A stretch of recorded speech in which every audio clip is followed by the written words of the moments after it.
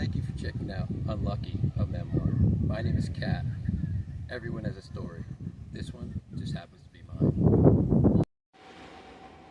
Stay tuned after the regular video for some bonus footage of a very important event in my life. Now back to your regularly scheduled program. As you see, we're doing things a little different this week. I'm still going to go back into the story from the other week and get a little deeper into that. We're doing things a little different. I got my buddy Andrew out here helping with filming, and we're outside for once. The idea I had for this week's episode comes from the experience that we're on our way to this evening. I was invited to a friend's house to sit at the fire pit with a bunch of like-minded individuals, and I truly feel accepted and a part of this community that I became involved with, which throughout most of my youth and most of my life I never really felt accepted. That's one of the main reasons I got into using drugs. So growing up, I was always overweight, heavy kid. When my mom left, my dad appeased me with food. It had negative consequences. I always felt outside looking in. I never really felt a part of, even when I was within groups. And only to find out that certain people I put trust in over those years betrayed my trust, and I would find out, but yet I would still stay a part of that group. Because as I found over the years, negative attention is still better than no attention at all. So, with not feeling a part of, I started using drugs heavier and heavier because I felt more and more a part of those communities, and I felt they accepted me. Regardless if it was because I had drugs or money or whatever it was, I was part of a community. And I sunk deeper into that because I was trying to fill a hole, a void that I felt. We talked about my mother in the last episode and the abandonment issues involved with that. Not to mention my dad working his butt off to try to support things. Like I said, me and my brother are left our own devices. I looked up to him my whole life, and he had a group of friends that were true friends and respected him. He was kind of like the cool guy. And I always felt like I never could live up to his expectations.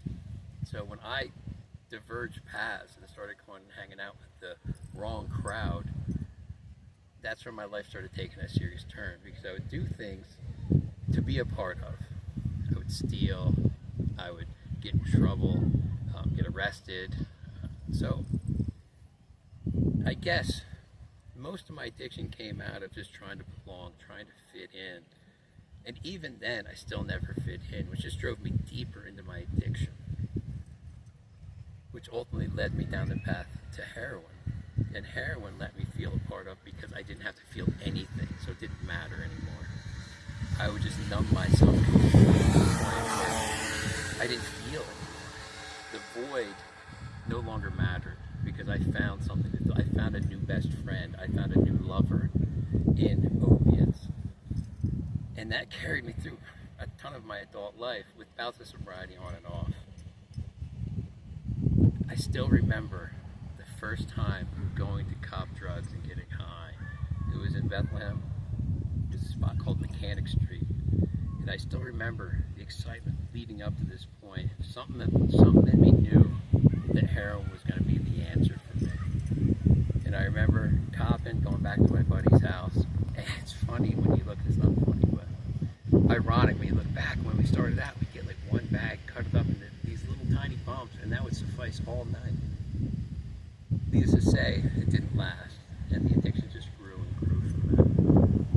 And I never truly ever did feel a part of, and getting deeper into my addiction and dealing with other addicts around, it just left me less trusting to other people, because those people tended to take more advantage of me. I don't know why, but I kept using and drove deeper just to avoid the pain of the traumas in my life, abandonment issues, and ultimately when I saw my best friend killed.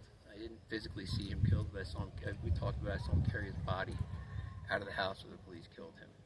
I'll get more into that story in another episode. This one goes back to that first night. We'd hang out in my buddy's attic and just get high. And that's when I knew I found this belonging, this sense of belonging that had nothing to do with anyone but me. There was no longer community I wanted to be a part of, friend group that I wanted to be a part of. It was just me and the drug. That's all that mattered anymore. And I carried that until I thought I hit a bottom. And I got clean. And that lasted for a little bit. But I still never dealt with any of the internal struggle. I never dealt with the abandonment issues. I never dealt with the feeling of not belonging. Never felt with the traumas or the PTSD. Any of the things I did in my life, I never dealt with those issues. So I would stay clean for short periods of time. Not even clean. I was not using. I wasn't sober. I just wasn't getting high. Those issues just kept growing the more I carried them. And I just kept feeding drugs. So every time I'd have a bout of abstinence, it would last for so long before that void needed to be filled again. And I'd find my way either drinking or smoking pot, and next thing you know, I'd have a reason to go get high on heroin again, because it's a slippery slope. What I would find is, if it was only alcohol or weed, and that was all that was ever available, I'd probably be alright. But as soon as I got slightly inebriated, my inhibitions would lower, and next thing you know, someone would be offering me Vicodin. And of course, I would take it, and my brain doesn't know the difference between heroin and Vicodin, so I'd be off and running once again. This went on for 30 plus years of my adult life. And we'll get to the end at some point here along these videos, but it finally took a point of absolute hopelessness. Wanting to die on a daily basis for me to finally hit the bottom I needed to get clean.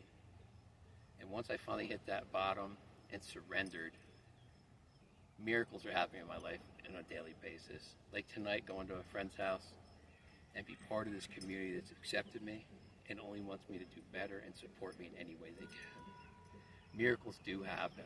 You just gotta let them sometimes. Sometimes you just gotta throw your hands up and give up. I surrender.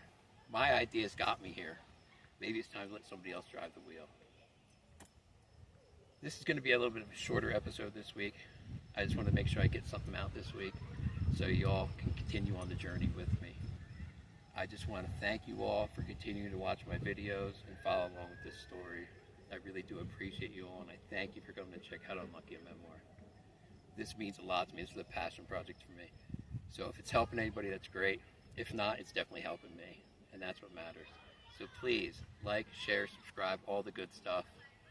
And with that, I'll catch you all next week. Thanks again.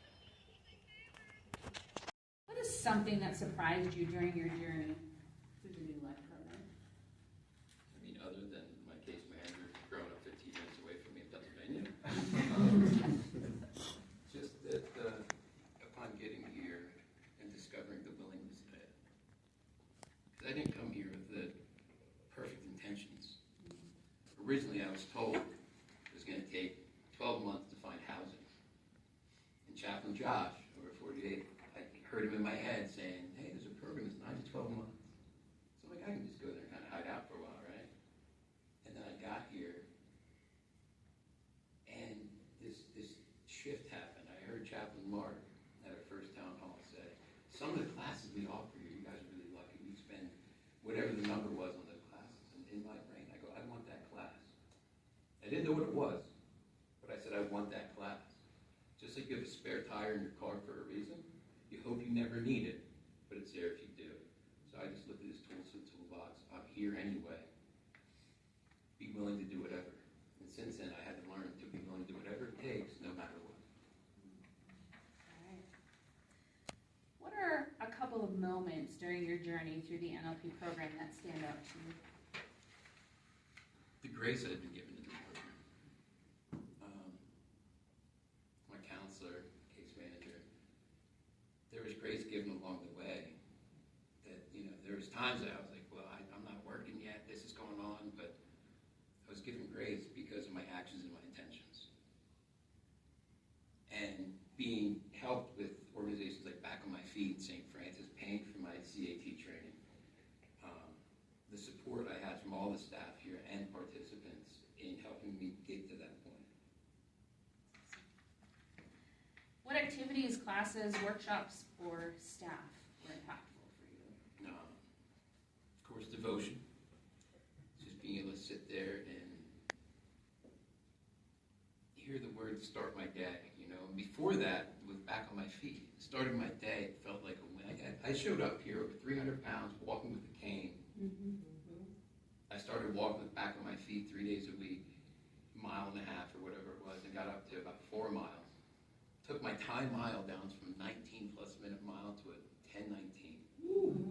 You know, just the fact that I'm walking now with that cane. And really, let's get this straight. Everything that I've done, that I have, the fact that I'm even breathing is all the grace of God. I have no doubts in that to where I'm at today. If it wasn't part of God's plan, you know, He's the one that led me here.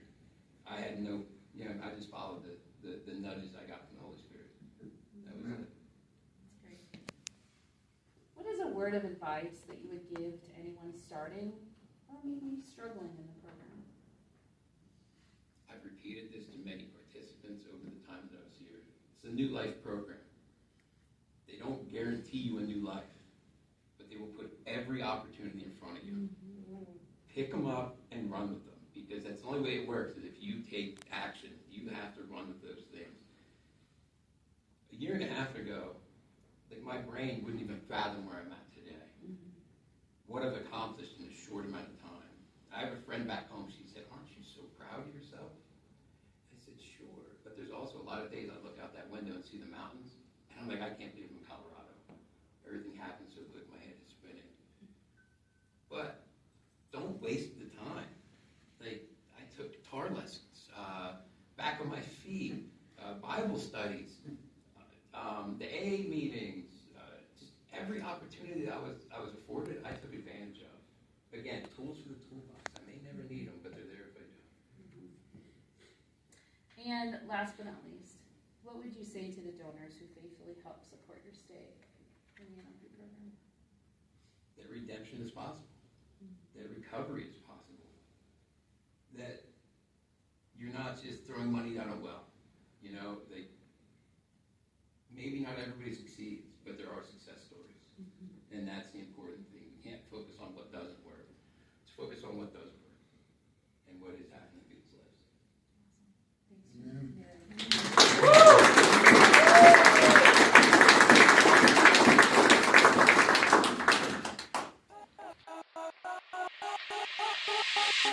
Yeah.